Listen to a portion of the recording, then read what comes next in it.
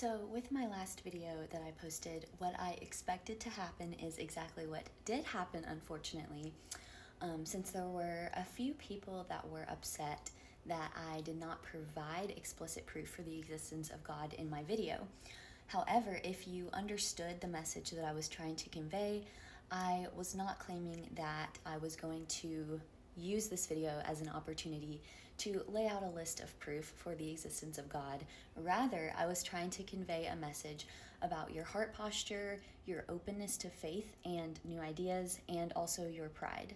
And as a former agnostic that struggled with immense doubt, there's nothing I love more than a very long apologetics debate or just any literature or knowledge I can get my hands on, explaining or providing further evidence for the existence of God. So I do completely understand the obligation that a person has when they make a claim for or against something to provide proof of that thing.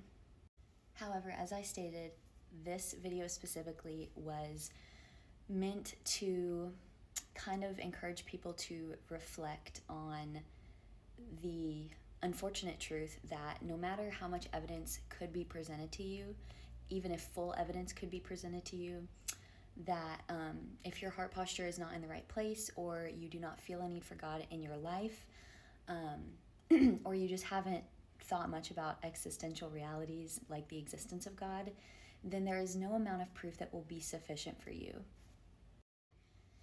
And probably the most important thing that I've learned as someone who went from a non-believer to a believer in my 20s, while also being someone who was searching for God through logistics, through science, through arguments, through what is observable to me and what made sense, is that those things are incredibly powerful, but they will never be enough to cause you to choose a relationship with God. There will never be sufficient proof for you because God does not want us to seek Him through logistics and through our human logistical capabilities and our understanding. That is not how one develops faith. You have to meet Him. You don't figure Him out. And so that was my claim in the video.